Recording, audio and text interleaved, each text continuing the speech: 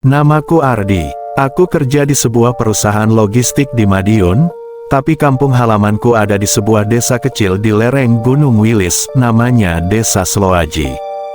Desa itu tenang, damai, jauh dari hiruk-pikuk kota. Udara sejuk, pepohonan hijau, suara burung berkicau di pagi hari, dan orang-orangnya ramah banget. Tapi ada satu hal yang bikin orang luar nggak betah lama-lama di sini. Satu hal yang bikin bulu kuduk merinding kalau kamu terlalu lama berada di dekatnya, itu adalah sumur tua di tengah desa. Waktu aku kecil, ibu sering bilang, "Ardi, jangan deket-deket sumur tua itu malam-malam. Nanti dipanggil penghuninya." Waktu itu aku cuma ketawa. Kupikir itu cuma cerita buat nakut-nakutin anak kecil. Tapi, ternyata, semua itu enggak bisa aku anggap remeh begitu aja. Aku pulang ke desa setelah hampir 5 tahun merantau. Pulangnya bukan buat liburan, tapi karena bapak sakit. Begitu sampai, rasanya aneh banget. Desa yang aku kenal sejak kecil tetap sama, tapi ada aura yang berbeda malam itu. Sunyi banget. Entah kenapa, kesunyian itu bikin kupingku sensitif banget sama suara-suara kecil. Suara jangkrik, suara anjing di kejauhan, bahkan suara daun jatuh pun terdengar jelas. Tapi yang bikin aku kaget, aku dengar suara perempuan nangis. Awalnya kupikir itu cuma suara angin yang menabrak daun pisang. Tapi makin lama makin jelas. Suara itu pelan, serak, dan panjang, kayak orang yang sedih banget. Aku merinding, tapi rasa penasaran lebih besar dari rasa takut. Aku ambil senter dari tas kecil yang kubawa, dan pelan-pelan berjalan ke arah sumur tua itu. Setiap langkah kaki di tanah desa yang lembab bikin suara kerang, tapi aku nggak peduli. Aku cuma pengen lihat dari dekat. Sumurnya udah tua banget. Papan kayu yang menutupinya lapuk dimakan waktu, ada lumut hijau tumbuh di sekelilingnya, dan aroma tanah basah bercampur busuk menyengat hidungku. Aku berhenti beberapa langkah dari sumur.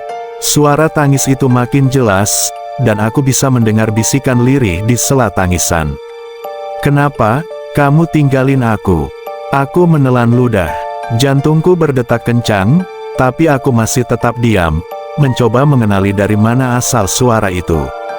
Lampu senter kugerakkan pelan, menyinari permukaan sumur, tapi papan yang menutupinya membuatku nggak bisa melihat ke dalam. Aku melangkah lebih dekat, tapi tiba-tiba kakiku nyenggol batu kecil. Papan di atas sumur bergetar. Bau anyir seperti darah menyeruak.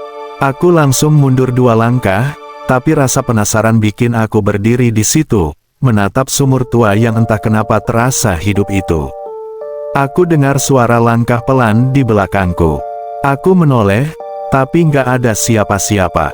Angin malam menyapu rambutku, tapi ada sesuatu yang berbeda. Rasanya kayak ada yang menatap dari kegelapan. Aku menelan ludah lagi, dan suaranya kembali terdengar, lebih jelas kali ini. "Ardi, kenapa kamu kembali?" Aku kaget setengah mati. Suara itu memanggil namaku. Jantungku kayak mau copot. Aku hampir teriak, tapi bibirku kaku. Aku cuma bisa menatap papan kayu yang menutup sumur. Dari papan itu, bayangan samar muncul. Awalnya cuma kelihatan seperti asap tipis yang menari-nari, tapi pelan-pelan membentuk sosok perempuan berambut panjang, mengenakan baju putih basah kuyup. Dia berdiri di tepi sumur, membelakangi aku. Aku enggak bisa bergerak, badanku kaku. Sosok itu perlahan menoleh ke arahku. Matanya putih polos, kosong, tanpa pupil. Aku bisa merasakan hawa dingin menembus tulang. Aku mundur beberapa langkah, tapi kakiku tersangkut akar pohon dan aku jatuh terduduk di tanah. Sosok itu mengambang pelan, tapi tetap menatapku. Aku teriak dalam hati, tapi suara enggak keluar. Aku merasa dunia ini berhenti sebentar. Suara jangkrik, angin, semua hilang.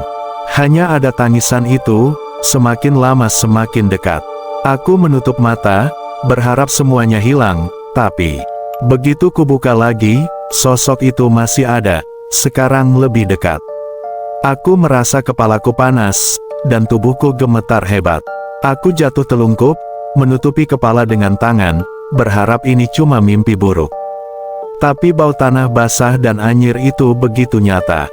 Aku merasakan sesuatu menyentuh pundakku. Aku menoleh perlahan, tapi tetap nggak ada siapa-siapa. Aku bangun, kaget, dan lari ke rumah. Pintu kubuka dengan tergesa-gesa, dan aku mengunci semua pintu dan jendela. Tapi suara tangis itu masih terdengar, samar-samar, dari arah sumur. Aku duduk di kursi, memeluk lutut, mencoba menenangkan diri. Tapi malam itu, aku nggak bisa tidur sama sekali.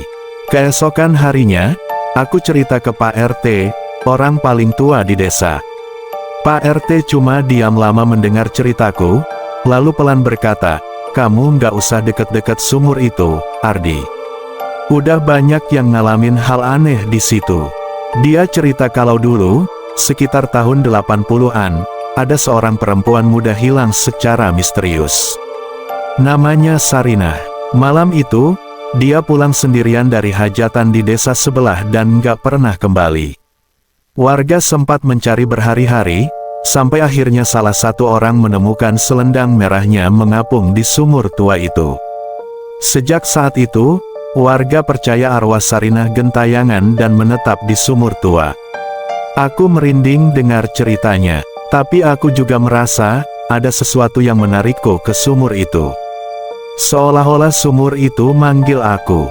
Aku nggak tahu kenapa, rasanya campur aduk antara takut dan penasaran. Malamnya, aku duduk di teras, mencoba menenangkan diri. Udara malam dingin banget, suara jangkrik terdengar jelas, tapi ada yang berbeda malam itu.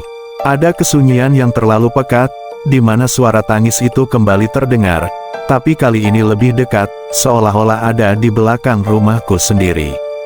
Aku nyalain senter, berdiri pelan, dan berjalan ke arah sumur lagi. Setiap langkah kaki di tanah lembab itu terdengar keras di telingaku. Begitu aku sampai di depan sumur, papan kayunya terlihat retak, sedikit terbuka. Dari sela-sela papan itu, aku bisa melihat permukaan air yang gelap pekat, seperti menyerap cahaya senterku. Aku menggerakkan senter pelan-pelan, mencoba melihat ke dalam, dan aku hampir pingsan saat melihat bayangan samar seorang perempuan, basah kuyup, rambut panjang menutupi wajahnya. Dia berdiri diam, menatap lurus ke arahku. Aku enggak bisa bergerak, tubuhku kaku. Suara tangisannya mulai terdengar lagi, tapi sekarang ada bisikan yang menyertai, "Ardi, kenapa kamu kembali?" Aku menutup mata, menahan napas. Rasanya dunia berhenti. Aku berharap itu cuma halusinasi atau efek lelah perjalanan. Tapi begitu membuka mata, dia masih ada. Sosok itu sekarang melangkah pelan ke arahku. Bau tanah basah dan anyir itu semakin kuat. Aku mundur, tapi kakiku tersangkut akar pohon dan aku jatuh lagi. Sosok itu tetap mendekat, matanya kosong menatapku tanpa berkedip. Aku merasa tubuhku gemetar hebat. Pikiranku kosong. Aku berdiri, tapi setiap langkahku terasa berat. Sosok itu menatapku tanpa mengucapkan sepatah kata pun, tapi aku bisa merasakan hawa dingin yang menusuk tulang. Aku terjatuh lagi, menutupi kepala dengan tangan, berdoa dalam hati. Tapi bau tanah basah itu semakin menusuk, dan aku mendengar suara bisikan lembut tapi jelas, "Jangan pergi, tetap di sini." Aku menutup mata sekuat tenaga, berharap semuanya hilang. Tapi ketika kubuka lagi, papan kayu di sumur bergerak sendiri, retak semakin lebar, dan air di dalam sumur mulai beriak. Sosok perempuan itu mencondong ke arahku, tangannya menjulur, rambutnya menutupi wajah. Aku hampir teriak, tapi suaraku hilang begitu saja. Aku terkapar di tanah, kepalaku pusing luar biasa, dan tubuhku gemetar hebat. Aku merasa dunia ini sudah berhenti berputar. Aku menahan napas, mencoba mencari keberanian, tapi rasanya mustahil. Sosok itu perlahan mundur ke dalam sumur, lalu hilang begitu saja. Aku duduk di tanah beberapa saat, mencoba menenangkan diri, Suara tangisan itu hilang, tapi kesunyian malam terasa semakin pekat. Aku merasakan sesuatu yang aneh di tubuhku, seolah ada yang menempel dan menunggu. Aku berdiri, berlari ke rumah, dan menutup pintu dengan kencang. Malam itu aku enggak bisa tidur, hanya duduk di kursi memeluk lutut, merasakan detak jantung sendiri. Aku tahu satu hal, sumur tua itu bukan cuma sumur tua biasa. Ada sesuatu di dalamnya, sesuatu yang belum tenang. Dan aku merasa, suatu saat nanti, aku harus kembali lagi.